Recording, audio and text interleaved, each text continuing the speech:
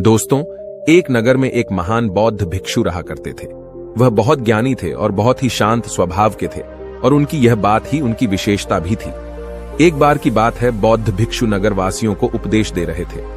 बौद्ध भिक्षु कह रहे थे कि शब्दों में जीवन बदलने की शक्ति होती है। अपने शब्दों से जीवन बदलो। हम जो भी शब्द अपने लिए या दूसरों के लिए कहते हैं या जो भी बातें करते हैं, उस पे हमें ध्यान देना चाहिए। इतना कहकर बौद्ध भिक्षु ने अपना उपदेश समाप्त किया और वहां से चले गए। एक दिन वह बौद्ध भिक्षु एक मार्ग से होकर गुजर रहे थे। उसी मार्ग से एक युवक होकर गुजर रहा था। उस युवक ने जब उन बौद्ध भिक्षु को देखा तो वह जोर जोर से हंसने लगा और कहने लगा, अरे साधु महाराज, आप तो ढोंगी है। आपके उपदेशों में यह कहने से कि शब्दों में बड़ी ताकत है, आपकी बात सत्य नहीं हो जाएगी। ये सब सिर्फ बातें हैं। भला ऐसे कैसे हो सकता है कि शब्दों से हमारा जीवन बदल सकता है। उस युवक की सारी बातें उन भिक्षुओं ने ध्यानपूर्वक सुनी और उसके बाद वह मुस्कुराते हुए उस युवक से कहते हैं, बेटा, नाद से ही तो यह दुनिया प्रकट हुई है और अच्छे शब्दों के पीछे भी नाद ही होता है जो पूरा जीवन बदल देता है। वह बौद्ध भिक्षु उस युवक से कहते हैं, देखो, मैं तुम्हें अपने अनुभव से बता रहा हूं, लेकिन फिर भी तुम्हें यकीन न हो तो तुम इसे खुद आजमा कर देख सकते हो। उन बौद्ध भिक्षु की यह बात सुनकर युवक थोड़ा सा गंभीर हो गया।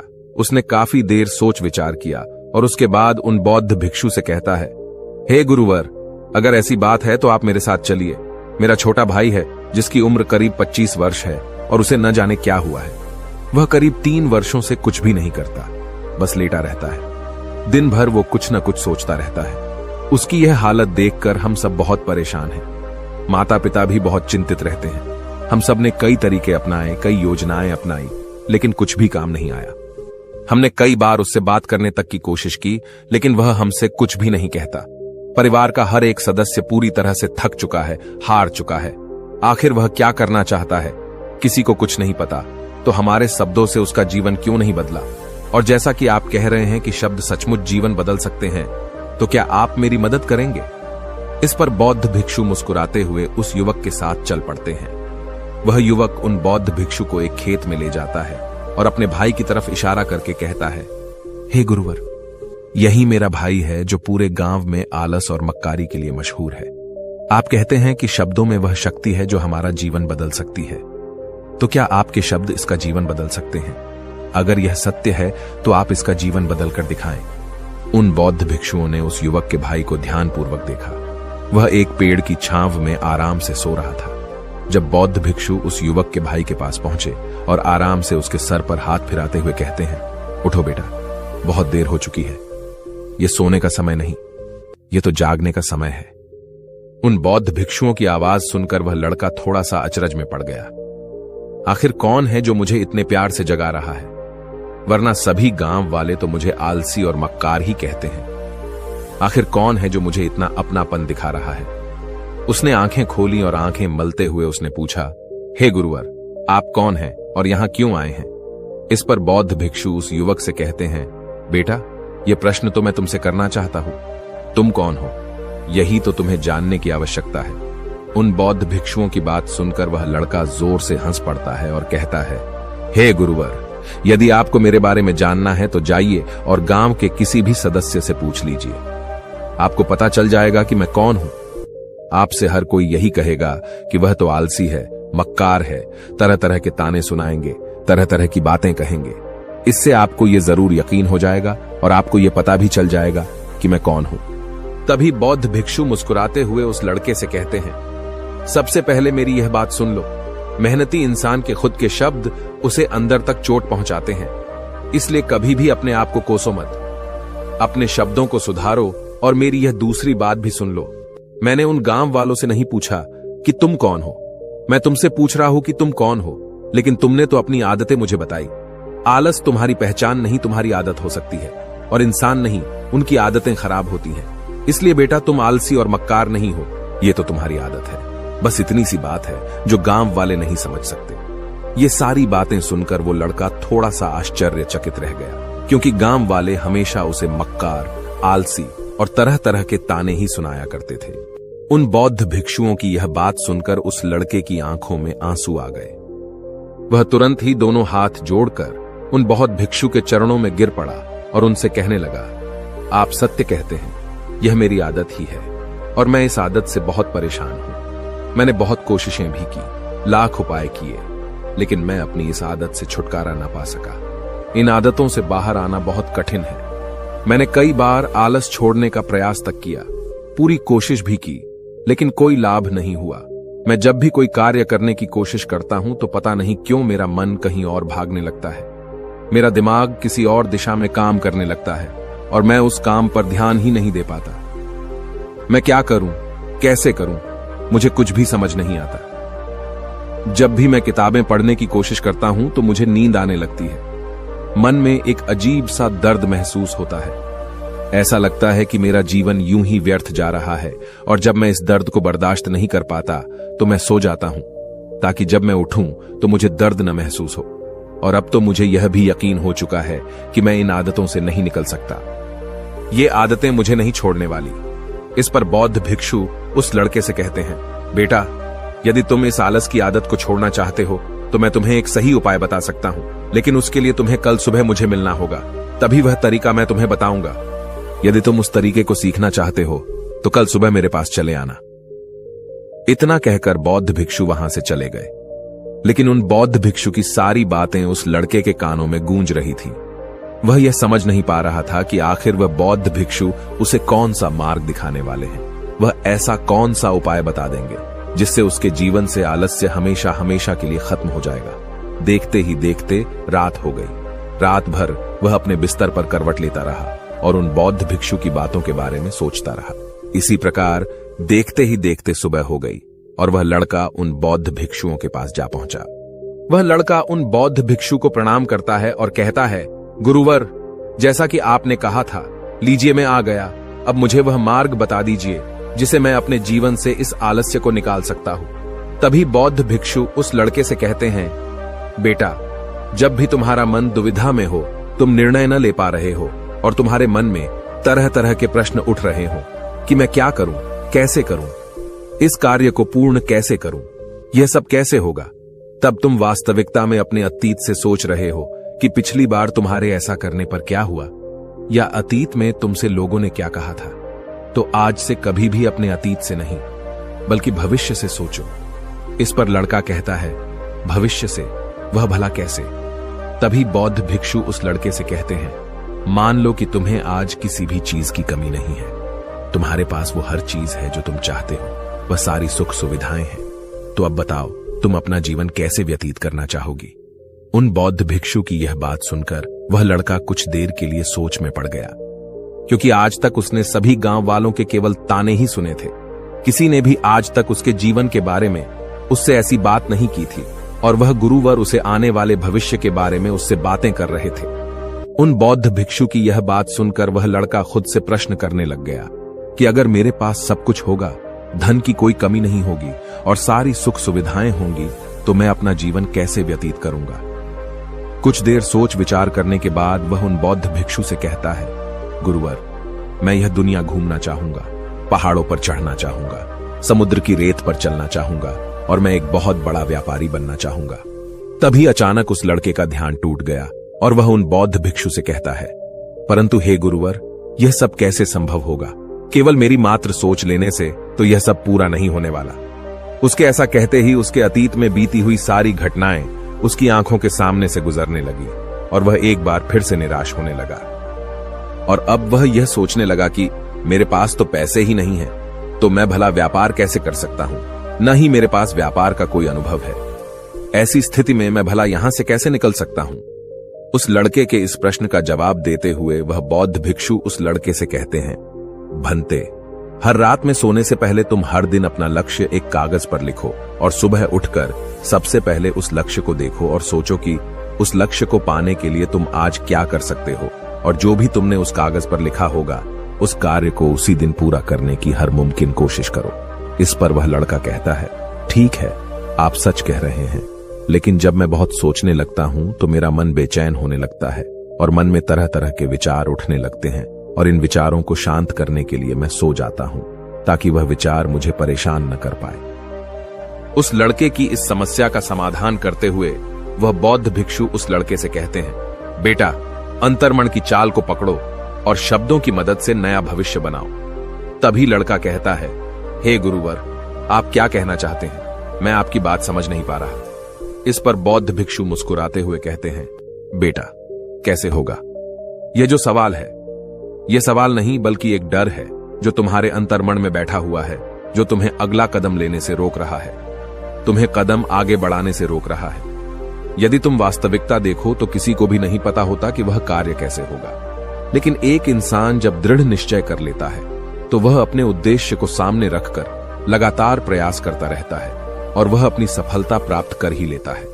तभी वो लड़का उन बौद्ध भिक्षु से कहता है कि हे गुरुवर, अगर ऐसी बात है तो मन में बार बार चिंता क्यों होती है? मन बार बार बेचैन क्यों हो उठता है? इस पर बौद्ध भिक्षु कहते हैं, बेटा, क्योंकि तुम्हें डर है कि तुम कमजोर हो। तुम्हारे अंतर्मन में बैठा है कि तुम में कुछ कमी है, तुम किसी काम के नहीं हो, और यही कारण है कि तुम कोशिश करने से डरते हो, क्योंकि तुम्हारा अंतर्मन हमेशा तुम्हें रोकता रहता है। जब भी तो कोई कार्य शुरू करना चाहते हो, तुम्हारा मन तुमसे पहले कह देता है, इससे आगे मत बढ़ना, अन्यथा तुम हार जाओगे, और इसी कारण तुम्हें चिंता होने लगती है, तुम्हारा मन बेचैन होने लगता है। तभी वो लड़का कहता है, गुरुदेव, आपने जो कुछ भी कहा वो बिल्कुल सत्य है, लेकिन अब आप ही मुझे बताइए कि मैं इस परेशानी से बाहर कैसे निकलूं? इसका जवाब देते हुए वो बौद्ध भिक्षु उस लड़के से कहते हैं, बेटा, इस समस्या का समाधान बहुत ही आसान और सरल है। तुमने देखा होगा कि अक्सर ही हम अपने आप को दोष देते रहते हैं, अपने आप को तरह तरह के अपशब्द कहते रहते हैं जो हमारे अंतर्मन में जाकर बैठ जाते हैं और वही हमें आगे बढ़ने से रोकते हैं। और इन शब्दों का हम पर बहुत गहरा प्रभाव भी पड़ता है, क्योंकि जैसा हम खुद से कहते हैं, जैसा हम पूरी भावनाओं के साथ सोचते हैं, हम वैसा ही बनते चले जाते हैं। इसलिए यदि तुम खुद को बदलना चाहते हो तो कि तुम भी काबिल बन सको, तो तुम्हें अपने अंतर्मन को नए संदेश देने की जरूरत है, जैसे कि मेरे शरीर का हर एक कण, हर एक हिस्सा, हर एक विचार शांति और ऊर्जा से भरा हुआ है। मैं दृढ़ संकल्प और आत्मविश्वास के साथ हर दिन के लक्ष्यों को पूरा करता हूं। मैं अपने कमजोरी को अभ्यास में बदलता हूं, चिंता को ध्यान में बदलता हूं। मैं उत्साह और ऊर्जा से भरा हुआ हूं, लगातार अपने लक्ष्यों पर काम करता हूं। ऐसे शब्द जब तुम खुद से कहोगे तो तुम शक्तिशाली महसूस करने लगोगे और तुम्हारी सारी चिंताएं खत्म होने लगेंगी, क्योंकि यही शब्दों की ताकत है। वह तुम वही बना देंगे जो तुम खुद से कहोगे। तुम जितनी भावना के साथ यह वाक्य बोलते हो, उसे महसूस करते हो, उतनी ही भावनाओं से यह शब्द तुम पर असर करना शुरू कर देंगे। धीरे धीरे यह शब्द तुम्हारे मन और व्यक्तित्व की सोच का हिस्सा बन जाएंगे। लेकिन मेरी एक बात याद रखना कि तुम्हारा अंतर्मन इतनी आसानी से हार नहीं मानने वाला। जब तुम आगे बढ़ोगे तो मौका मिलते ही वह तुम्हें पीछे खींचेगा। तुम्हारे अतीत के बीते हुए सारे कड़वे अनुभव तुम्हें याद दिलाएगा, ताकि तुम डर जाओ और एक बार फिर से अपने लक्ष्य का पीछा करना छोड़ दो। लेकिन तुम्हें इसकी चिंता नहीं करनी है। उन सकारात्मक शब्दों के कारण तुम्हारा मन सकारात्मक विचारों को स्वीकार करने लगेगा। आगे वह बौद्ध भिक्षु उस लड़के को चेतावनी देते हुए कहते हैं, मेरी एक बात और याद रखना कि तुम्हारा ध्यान आलस्य पर नहीं होना चाहिए, अर्थात तुम्हें कभी आलस नहीं मिटाना, बल्कि तुम्हें एक नए भविष्य का निर्माण करना है, एक नए व्यक्तित्व का निर्माण करना है। तुम्हारा पूरा ध्यान केवल इस पर ही होना चाहिए। उन बौद्ध भिक्षुओं की बात सुनकर लड़का कहता है, ठीक है गुरुवर, आप जैसा कहते हैं मैं वैसा ही करूंगा। तभी वह बौद्ध भिक्षु उस लड़के से कहते हैं, बेटा, अभी तो मैं इस गांव से जा रहा हूं, लेकिन कुछ सालों के बाद मैं वापस आऊंगा। इतना कहकर बौद्ध भिक्षु वहां से चले गए और वह लड़का अपने घर लौट गया। लेकिन अब उस लड़के के मन में तरह तरह के विचार चल रहे थे। वह लड़का यह सोच रहा था कि अगर मैं अपनी मनपसंद जिंदगी जीने लगूंगा, अगर मैं दुनिया घूमने लगा, नए लोगों से मिलने लगा और अपनी पसंद का काम करने लगा, तो मेरी जिंदगी कैसी होगी। उस बात को ध्यान करके उसने एक कागज पर अपना लक्ष्य लिखा और लिखकर सो गया। अगली सुबह जब उसकी आंखें खुली तो उसने उस पेपर पर लिखा हुआ लक्ष्य एक बार दोहराया। उसके बाद वह कुछ देर के लिए शांत हो गया। तभी उसे उन बौद्ध भिक्षु की बात याद आई कि तुम अपने लक्ष्य के लिए आज क्या कर सकते हो। उसने खुद से सवाल किया कि मैं आज अपने इस लक्ष्य को प्राप्त करने के लिए क्या कर सकता हूं। तभी उसे एक बार फिर से उस पेपर की तरफ ध्यान दिया। उस पेपर पर लिखा था कि मैं बाजार जाता हूं और लोग व्यापार करने की कौन सी चीजें, कौन से सामान लेकर आते हैं। मैं उन चीजों को देखता, उन चीजों को पता करता। वो पढ़ने के बाद तुरंत ही बाजार चला गया। वह अलग अलग दुकानों पर बैठा उन्हें देखा, लेकिन उसे कुछ समझ नहीं आ रहा था, क्योंकि लोग अलग अलग व्यापार कर रहे थे, अलग अलग तरह की चीजें और सामान ले रहे थे, और किसी ने उसकी कोई मदद नहीं की। वह बहुत उदास हो गया और निराश होकर वापस घर लौट आया। तभी उस लड़के को उन बौद्ध भिक्षु की एक और बात याद आई। शब्दों में बहुत ताकत है और शब्द हमारा जीवन बदल सकते हैं। उसे वह सकारात्मक विचार याद आए। वह उन्हें सुबह शाम दोहराने लगा और अब से वह हर दिन ऐसा ही करता। देखते ही देखते 1 महीना बीत चुका था, लेकिन अब तक उसके जीवन में कोई बदलाव नहीं आया था। अब वह लड़का यह सोचकर निराश होने लगा था कि उसके जीवन में तो कुछ भी परिवर्तन नहीं हो रहा। लेकिन 1 महीने के बाद उसे महसूस हो रहा था कि वह पहले से अच्छा महसूस कर रहा है। उसका दिमाग अब अच्छी तरह से सोच पा रहा है। वह पहले से ज्यादा चलने फिरने लगा है। धीरे धीरे उसे समझ में आने लगा कि जो लोग आगे बढ़ते हैं, महान काम करते हैं, उनकी सोच में कितना अंतर होता है। वे लोग हमेशा शक्तिशाली विचार सोचते हैं। दूसरों की छोटी सोच और डर से वह कभी प्रभावित नहीं होते। जब भी उनके सामने कोई मुश्किल आन पड़ती है तो वह घबराते नहीं, बल्कि उस समस्या का समाधान निकालते हैं। इस समस्या के समाधान पर ध्यान केंद्रित करते हैं और न ही वह कभी किसी का इंतजार करते हैं। वह केवल खुद पर विश्वास करते हैं और तुरंत ही कदम आगे बढ़ाते। जब उस लड़के को ये सारी बातें समझ में आने लगीं, तो उसने भी धीरे धीरे अपने कदम आगे बढ़ाने शुरू किए। उसने बिल्कुल वैसा ही व्यवहार करना शुरू किया। अब से वो कभी खाली नहीं बैठता था। जब भी उसका मन करता, वो बाजार जाता और लोगों के बारे में जानता समझता कि वो किस प्रकार व्यापार कर रहे, कौन से चीजें खरीद रहे हैं और किन चीजों पर उन्हें लाभ हो रहा है। और जब उसका मन करता तो अपने पिता की मदद भी करता था। वो अपने पिता के साथ मंडी में जाता, वहां पर जाकर मोल भाव करता। ते हमेशा कुछ न कुछ सीखने में ही जुटा रहता है। तभी एक दिन गांव में एक मसाले का व्यापारी आया। उसे कुछ पढ़े लिखे नौजवानों की जरूरत थी, जो माल की गिनती कर सके और हिसाब रखने का काम कर सके। वह लड़का अपने लक्ष्य को जानता था कि उसे क्या पाना है। उसे समझ में आ गया था कि इस काम से उसे बहुत कुछ सीखने को मिलेगा। बेहिचक उस सेठ के पास पहुंच गया। वह जानता था कि उसे उस काम के बहुत कम पैसे मिलेंगे, लेकिन फिर भी वह उस काम को करने के लिए तैयार था। अब उस लड़के की सोच पूरी तरह से बदल चुकी थी। अब वह बाकी लोगों की तरह नहीं सोचता था। बहुत ईमानदार और समझदारी से काम करता था। देखते ही देखते करीब 3 महीने बीत गए और अब व्यापारी यह समझ चुका था कि नौजवान बहुत ही समझदार है और वह उसे व्यापार में बहुत मदद करता है। इसलिए उस मसाले के व्यापारी ने उस लड़के को अपना सहायक बना लिया। उस व्यापारी ने देखा कि इस लड़के की दिनचर्या सबसे अलग है। यह हर दिन पढ़ता है, लिखता है, सुबह उठकर ध्यान करता है, नई चीजें सीखता है। परेशानी आई तो भी विचलित नहीं होता। ये सबसे सम्मान से बात करता है, सबका आदर करता है। देखते ही देखते 1 साल बीत चुके थे और अब तो व्यापारी उस नौजवान से बहुत खुश था। उसने धीरे धीरे उस नौजवान को व्यापार के सारे गुण सिखा दिए और देखते ही देखते वह लड़का अब एक छोटा सा व्यापारी बन चुका था। और जब उस लड़के के अंदर व्यापार की समझ आ गई तो उसने जड़ी बूटियों का व्यापार शुरू कर दिया और देखते ही देखते केवल कुछ ही वर्षों में उस नगर का सबसे बड़ा व्यापारी बन गया। लोग उसे सबसे बड़े व्यापारी के नाम से जानने लगे। उसकी नाम दूर दूर तक फैलने लगा। करीब 5 वर्षों बाद जब वह वापस अपने घर लौटा तो लोग बहुत हैरान थे। उसे देखकर लोग बहुत अचंभित थे। उसके सारे जानने वालों ने उस लड़के से पूछा, तुम इतना कैसे बदल गए? तब उसने कहा, उन गुरु ने सच ही कहा था, शब्दों से हम जीवन बदल सकते हैं। वैसे आपने आज